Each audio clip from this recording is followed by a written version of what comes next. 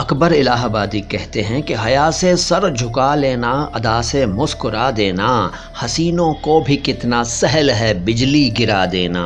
हया का मतलब शर्म, अदा का मतलब स्टाइल, हसीनों का मतलब सुंदरियों, खूबसूरत औरतों, खूबसूरत लड़कियों, और सहल का मतलब है आसान, ईजी, सरल। हया से सर झुका लेना, अदा से मुस्कुरा देना, हसीनों को भी कितना सहल है बिजली गिरा देना। अकबर इलाहाबादी कहते हैं कि हम आह भी करते हैं तो हो जाते हैं बदनाम। हम आह भी करते हैं तो हो जाते हैं बदनाम, वो कत्ल भी करते हैं तो चर्चा नहीं होता। हम आह भी करते हैं तो हो जाते हैं बदनाम, वो कत्ल भी करते हैं तो चर्चा नहीं होता।